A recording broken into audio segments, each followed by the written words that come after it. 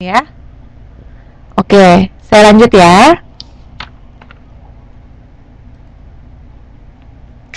Nah, fungsi informatif. Oh, oke. Ini saya jelasin lagi.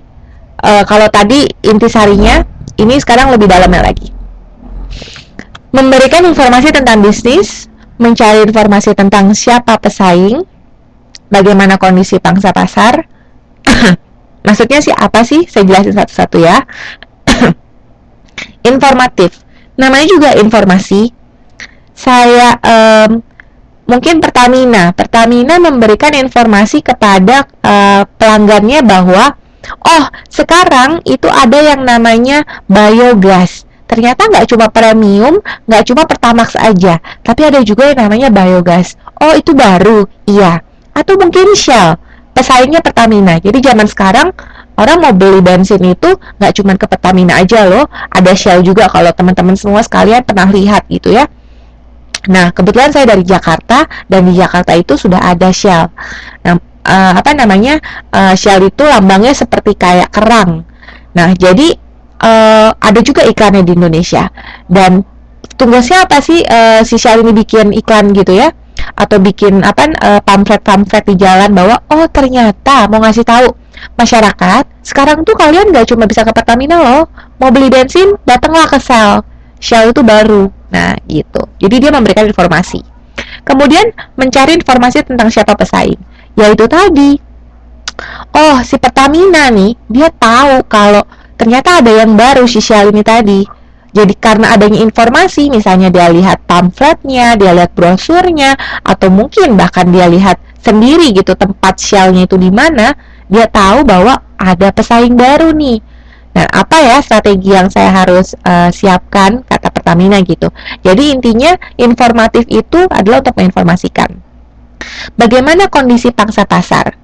Nah, kita lihat lagi. Si Pertamina nggak tahu kan, seberapa banyak sih ternyata yang pakai Pertamina. Misalnya dilihat daripada penjualan motor, kendaraan bermotor di Indonesia. Oh, ternyata kalau misalnya pakai motor ya, maksudnya motor itu lebih banyak daripada yang menggunakan mobil. Dan yang pakai motor tuh kebanyakan pakainya premium, bukan Pertamax. Nah, dia lihat kondisi pangsa pasarnya. Oh, ternyata banyaknya pakai premium dan itu penggunanya motor. Ya udah deh, kalau gitu saya kerjasama sama perusahaan Honda atau saya kerjasama sama perusahaan Suzuki aja supaya bikin promo. Kalau misalnya gitu ya, beli motor Suzuki atau motor Honda bisa isi ulang premium di Pertamina gratis misalnya 1 kali ketika membeli, lihat kasih struknya misalnya. Nah, jadi dilihat pangsa pasarnya. Tahunya dari mana? Ya survei. Disurvei siapa aja pengguna Suzuki, berapa banyak pengguna Honda. Seperti itu. Kemudian menyediakan pilihan, mengurangi ketidakpastian dan mengubah keadaan. Pastinya dong, kalau yang namanya informasi kita jadi tahu. Misalnya, sekarang balik lagi ke kasus yang tadi ya, Pertamina dan Shell. Ternyata masyarakat sekarang punya 2 pilihan nih kalau mau ngisi bensin. Ada Pertamina, ada Shell. Nggak cuma satu aja. Kalau dulu pasti ke Pertamina, udah nggak mungkin nggak ke Pertamina. Sekarang udah ada pilihan yang lain. Jadi ada aja gitu ya masyarakat yang mau coba-coba. Mau coba deh pakai yang baru, lebih bagus nggak ya? Gitu. Nah, mengurangi ketidakpastian. Pastinya, contohnya, ketika kita mencari satu alamat, zaman sekarang udah canggih banget. Teman-teman, saya rasa semua udah bisa mengakses Google Map, ya nggak sih? Kayak semacam GPS ya. Nah, ketika kalian mau pergi ke satu tempat gitu ya, misalnya Taipei Station di mana ya? Nggak tahu nih tempatnya. Tainan tuh di mana ya? Naik apa ya ke sana? Tinggal Google Map aja. Tinggal ketik alamatnya, keluar deh. Jalan menuju ke sana, ada petunjuknya, atau mungkin bahkan kalau kalian lihat di Google Map itu sudah canggih banget, dia kasih lihat fotonya, foto asli tempatnya. Jadi, daripada kita mencari alamat yang tidak pasti, dengan adanya fungsi informatif ini dari si Google, kita hanya tinggal mencatat aja tuh, naik apa, jalannya kemana, lebih pasti dan lebih efisien. Dan hal itu pastinya mengubah keadaan, jadi lebih praktis. Selanjutnya, Selanjutnya adalah menjelaskan visi misi perusahaan dan kebijakan di dalamnya. Ini buat internal. Pastinya, sebelum masuk ke suatu perusahaan, biasanya pasti ada namanya interview, ya enggak? Ditanya-tanya dulu nih, kamu umur berapa, kamu tinggal di mana, kamu berapa bersaudara, gitu ya. Nah, nggak cuma itu, tapi apa? Perusahaan memberikan informasi kepada karyawannya. Oke, kamu diterima di sini, tugas kamu adalah ini, dan kamu tahu nggak, visi kita adalah mau menjadi misalnya top brand handphone nomor 1 di Indonesia. Bisa nggak kamu jualin produk kita?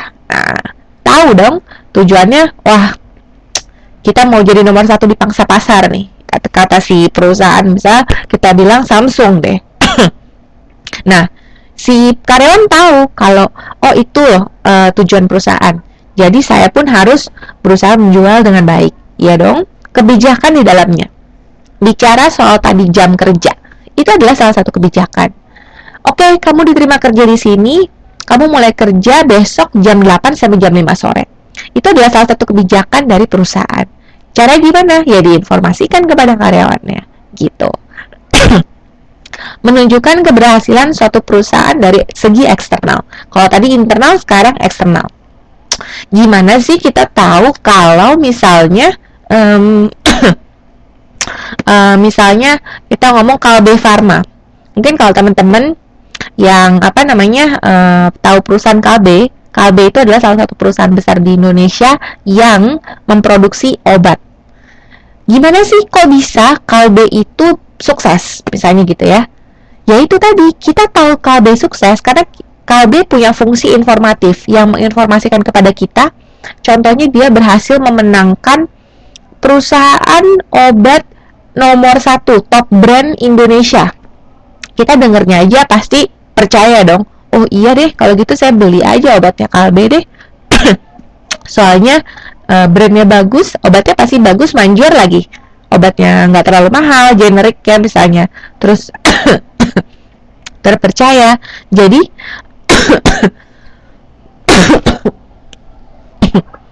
Jadi tujuannya adalah untuk memberitahukan keberhasilan kesuksesan suatu perusahaan. Nah, yang tadi lagi ada contoh adalah panjang jalan jumlah karet ukur rencana data keuangan. Yang tadi saya bilang informatif. Si fungsi informatif dari perusahaan ini, atau kenapa sih suatu komunikasi itu dibuat jadi fungsi informatif? Ini ya, adalah karena penting.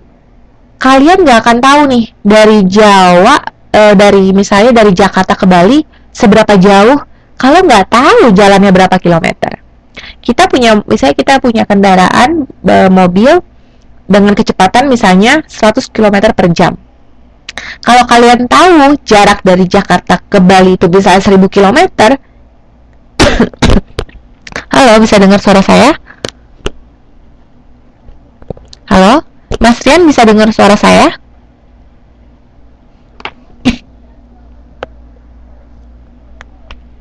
Oke, saya lanjut ya. Oke, saya lanjut ya. Nah, contohnya tadi panjang jalan.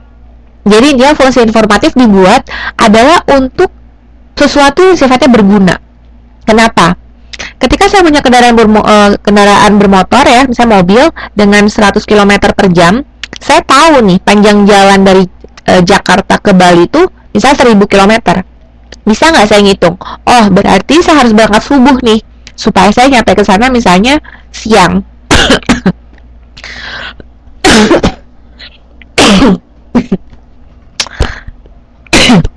Nah, jadi pasti ada manfaatnya supaya misalnya efisiensi waktu. Jumlah kelahiran pastinya. Kenapa dibuat iklan KB oleh pemerintah? Karena pemerintah lihat, wah ternyata populasi orang Indonesia tuh sudah banyak banget, sudah penuh banget di Indonesia. Gimana ya biar nggak penuh, biar semuanya produktif, anak tidak terlalu banyak, cukup 2, tetapi maksudnya berhasil gitu. Ya udah, jumlah kelahiran tuh penting dari masyarakat di sensus penduduknya. Nah kemudian sudah ketahuan ya kebanyakan, dibikinlah iklan KB cuma 2 anak saja. Semua itu adalah fungsi informatif. Jelas ya? Kemudian saya lanjut lagi ke yang tadi. persuasif, getting them to do what you want to do. Artinya itu adalah buat mereka melakukan apa yang kamu inginkan. Iya, ketika kita apalagi bicara bisnis ya, ketika kita ngobrol sama seseorang, apalagi UUD, ujung-ujungnya duit gitu ya, pengen jualin sesuatu ke orang lain, pasti dong kita pengen dia beli barang kita kan. Ya pertama-tama obrol-obrol dulu, tapi ujung-ujungnya Mas, Mbak, enggak nih beli apa namanya pulsa, saya jualan pulsa loh, murah deh, daripada beli di toko Indo, mendingan beli sama saya aja. Nah ada aja kan yang kayak gitu. Atau mungkin mbaknya misalnya atau masnya jualan apa gitu, misalnya ini saya masak nih gitu kan ya, kemudian mau nggak saya jualan masakan, pesan sama saya aja mas, catering. Nah bisa jadi kita berusaha mengkomunikasikan kepada orang lain dan berusaha membuat dia melakukan apa yang kita lakukan. Kemudian memberikan treatment agar orang lain merubah sikap, pendapat, dan perilaku seperti yang diinginkan oleh komunikator. Maksudnya apa yang tadi saya bilang? Ketika kita misalnya berkomunikasi sama orang lain, kita bilang, Mbak kayaknya bagusan pakai baju warna kuning deh.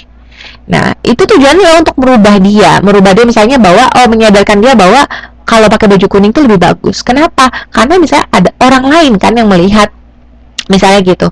Jadi si Mbak ini mau memberitahukan kepada Mbak yang satunya bahwa Mbak itu lebih cantik loh kalau misalnya pakai baju warna kuning. Dia nggak akan pernah tahu karena yang menilai orang lain. Jadi memberikan treatment kepada orang lain supaya dia merubah sikap atau pendapatnya atau bahkan perilakunya. Mbak, ngomongnya jangan kayak gitu deh, gak sopan tahu misalnya. Masa sih? Iya. Nah, jadi dia ngasih tauin, memberikan informasi, berkomunikasinya persuasif, ngajak orang lain supaya melakukan apa yang kita bilang. Bagi internal perusahaan, bertujuan membangun komitmen karyawan. Pastinya, misalnya, ayo siapa yang penjualannya paling tinggi bisa dapat tunjangan paling besar. Semuanya pasti semangat kerjanya. Kenapa? Karena kalau misalnya penjualannya bagus, dia bakal dapat reward, bakal dapat hadiah, bisa dibilang kayak gitu. Jadi komitmen, karyawan ini juga lebih berkomitmen sama perusahaannya. Kemudian bagi eksternal itu bertujuan untuk mencapai tujuan perusahaan melalui pendekatan kepada konsumennya. Pastinya kita ngajak konsumen supaya beli produk kita, ya kan? Nah, motivasi konsumen untuk beli produk kita contohnya gimana? Mbak, kalau beli produk susu ini nanti bisa dapat gratis gelas, biasanya gitu ya. Kalau susu dapatnya gelas. Kalau misalnya produk kecantikan biasanya dapatnya anduk mungkin, atau mungkin dapatnya bisa jadi sisir atau dan sebagainya. Itu sebenarnya persuasif. Kenapa? Kita menginformasikan kepada orang lain supaya beli produk kita dengan cara apa? Dengan cara ada iming-imingnya supaya dia termotivasi. Gitu. Sampai sini ada pertanyaan dulu?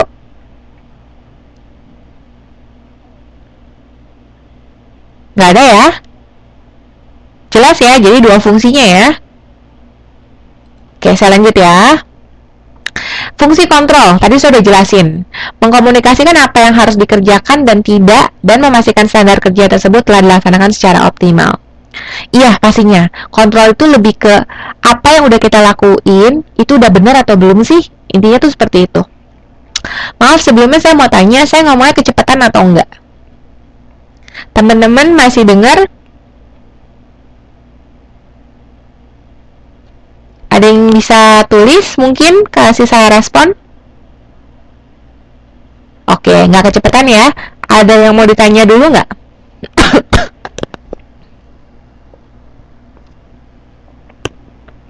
Oh, kekerasan. Maaf ya. Oke. Saya kecilin dulu sebentar ya. Saya kecilin dulu ya.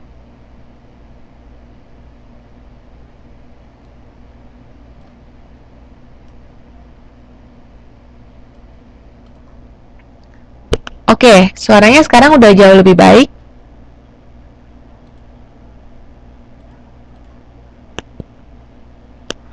Ada yang bisa kasih saya respon? Oke. Maaf ya, saya agak batuk-batuk juga nih. Nah,